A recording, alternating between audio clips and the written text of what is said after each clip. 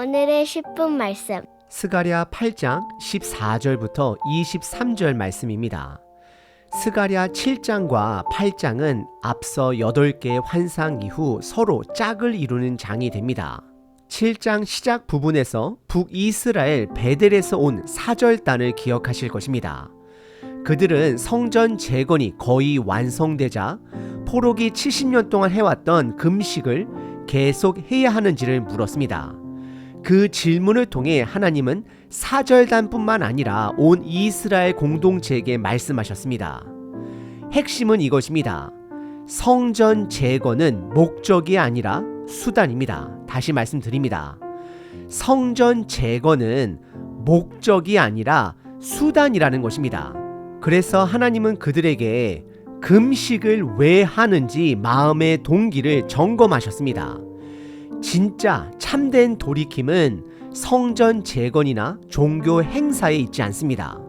삶 속에서 돌이킴이 있어야 합니다. 그들의 문제는 하나님의 말씀을 듣지 않는 데 있었습니다.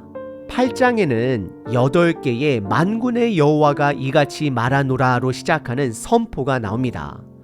오늘은 그중 마지막 4가지 말씀을 나눕니다. 이 말씀은 하나님이 이스라엘에게 직접 선포하신 것입니다.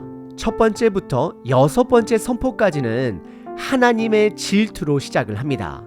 왜 그들이 심판을 받았는지, 그러나 하나님의 긍휼로 다시 세워질 것을 말씀하셨습니다. 그리고 7번째 이후에는 분명한 전환점이 나옵니다. 7장에서의 금식 질문을 다시 언급하시며 금식일이 이제는 기쁨의 절기로 바뀌었음을 선언하십니다. 또한 모든 민족이 하나님께로 돌아올 것을 약속하십니다. 이 흐름에는 3가지 특징이 있습니다. 첫째, 하나님이 시작과 끝 모든 것을 주관하십니다. 심판도, 회복도, 사명도 하나님이 시작하시고 완성하십니다. 둘째, 참된 돌이킴은 삶에서 먼저 나타나야 합니다. 하나님과 이웃사랑이 생활 속에서 드러나야 합니다.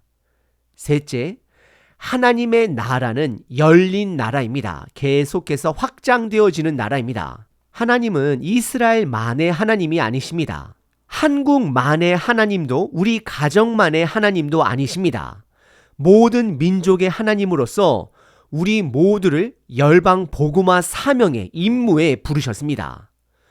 오늘 본문을 통해 2가지를 점검해 보시길 바랍니다. 첫째, 내 삶에는 돌이킴의 방향이 있는가?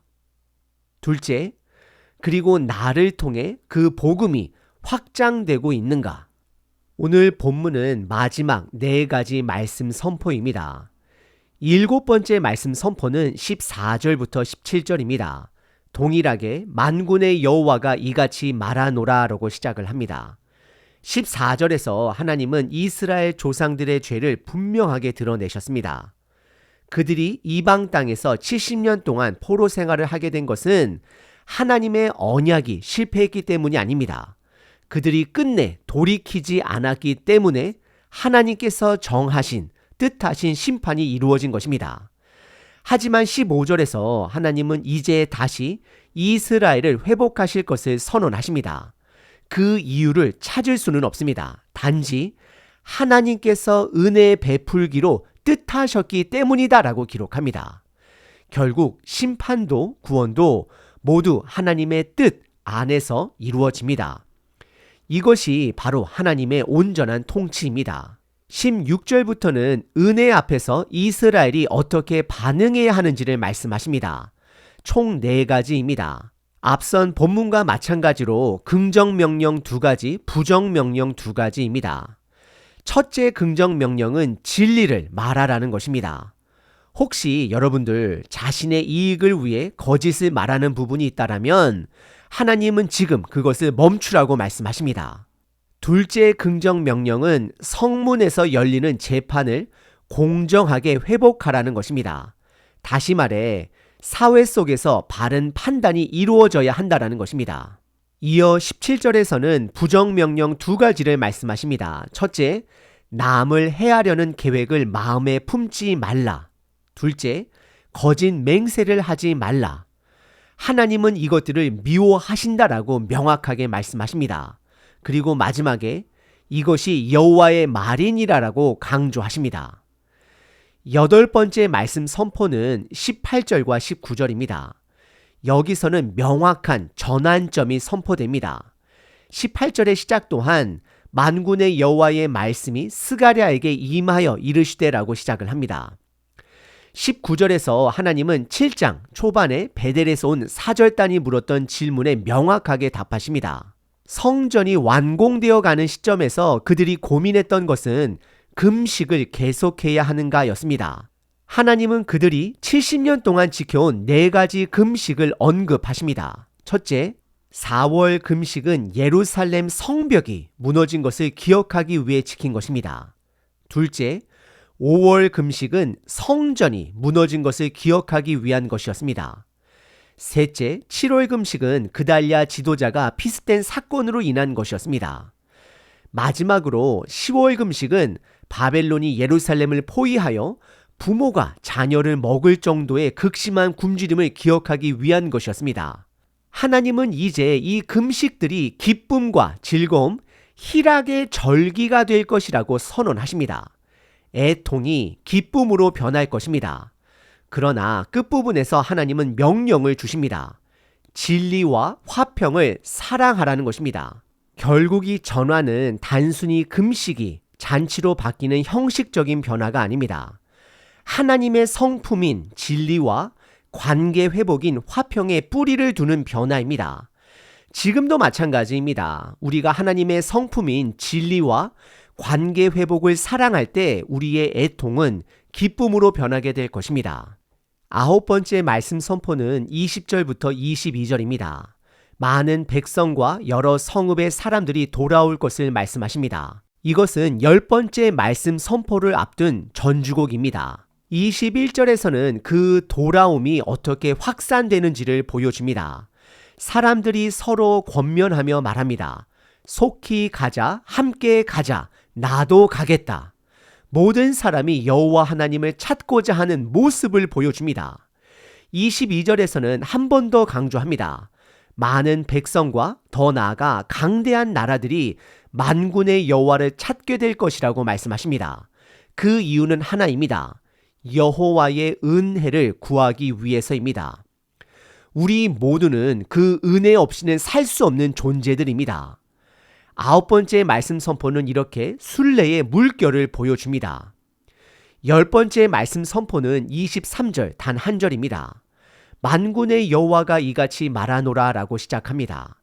여기서 그 날은 종말의 시기를 가리킵니다. 구체적으로는 예수님의 첫 번째 오심과 두 번째 오심 사이, 바로 지금 우리가 살고 있는 이 시기를 말합니다. 이 은혜의 시기에 어떤 일이 일어날까요? 언어가 다른 이방 백성 10명이 유다 사람 하나의 옷자락을 잡는다라고 말씀하십니다. 먼저 10개의 다른 언어는 의도적으로 창세기 11장의 바벨탑 사건을 전제로 합니다. 그때는 죄로 인해 다른 언어들로 그들을 흩으셨습니다. 이제는 하나님의 은혜로 다른 언어들을 사용하는 민족들을 모으십니다. 그리고 숫자 10은 완전수, 충분수를 뜻합니다. 즉 하나님의 나라가 모든 민족에게 열려 있다라는 것입니다. 유다 사람의 옷자락은 탈릿이라 불리는 술 달린 옷으로 율법과 여호와의 이름을 상징합니다. 결국 이방 민족들이 하나님의 이름을 굳게 붙잡고 하나님께로 나아간다라는 뜻입니다. 그리고 이방인들이 이렇게 말합니다. 하나님이 너희와 함께 하심을 들었다. 임마누엘의 성취가 되는 것입니다. 그 말을 믿고 함께 따라가는 모습은 선교적 전환을 보여줍니다. 하나님의 나라는 모든 민족에게 열려 있습니다. 그리고 믿는 자들에게는 그 일에 동참해야 하는 선교적 사명이 있음 또한 말씀하고 계십니다. 오늘 본문에서 우리는 10개의 여호와의 말씀 선포 가운데 마지막 4가지를 보았습니다. 시작은 하나님의 돌이킴이 있었습니다. 이스라엘이 회개했기 때문이 아닙니다. 하나님의 전적인 은혜로 하나님이 먼저 돌이켜 주셨고 그들을 회복시켜 주셨습니다. 그래서 하나님은 그들의 금식이 기쁨의 절기가 될 것을 선언하셨습니다. 이 일로 많은 백성이, 민족이 하나님께 돌아올 것입니다. 그리고 믿는 자들에게 흩어진 하나님의 식구들을 다시 모으는 임무가, 사명이 주어졌습니다. 이 흐름 속에서 우리는 두 가지를 점검해야 합니다. 먼저 하나님의 돌이킴 앞에 나는 어떻게 반응하고 있는가입니다. 하나님의 돌이킴에는 우리들도 돌이킴으로 응답해야 합니다. 우리는 여전히 완전하지 않습니다. 돌이킴은 삶의 방향을 바꾸는 것입니다. 끝까지 하나님의 은혜를 붙들고 날마다 하나님께로 돌아가는 여정인 것입니다. 회개는 단 한 번의 사건이 아니라 삶 전체를 하나님께로 향하는 삶의 과정이 되는 것입니다. 여러분은 이 방향성을 붙들고 지금도 걸어가고 계십니까? 둘째, 나는 그 돌이킴에 다른 사람들을 초청하고 있는가입니다. 함께 격려하며 걸어가고 있는가입니다. 복음을 나누는 임무를 감당하고 있는가입니다. 지금 우리는 예수님의 첫 번째 오심과 두 번째 오심 사이에 살고 있습니다. 이 시기는 돌이킴의 시대입니다. 마지막 기회의 시대입니다. 늦기 전에 우리들이 먼저 돌이켜야 합니다. 그리고 하나님 나라 일에 서둘러 동참해야 합니다. 이것이 우리가 이 땅에서 순례자로 살아가는 목적입니다. 성전 재건이 목적이 아닙니다. 이 땅에서 집을 사고 잘 먹고 잘 사는 것이 목적이 아닙니다. 그것은 사라질 수 있는 수단일 뿐입니다. 하나님의 은혜 없이는 단 하루도 살 수 없음을 고백합니다. 그 은혜로 오늘도 하나님께 돌아갑니다. 우리의 돌이킴이 단순한 종교 행위가 아니라 삶 속에서 일어나게 하소서. 그 돌이킴의 여정 속에서 복음을 전하고 초청하는 사람이 되게 하소서. 깨어 마지막 기회의 시대를 살게 하소서. 하나님 나라를 바라보며 순례자로 걷게 하소서. 끝까지 하나님을 붙드는 자로 살겠습니다. 예수 그리스도의 이름으로 기도드립니다. 아멘. 항상 기뻐하라. 쉬지 말고 기도하라. 범사에 감사하라.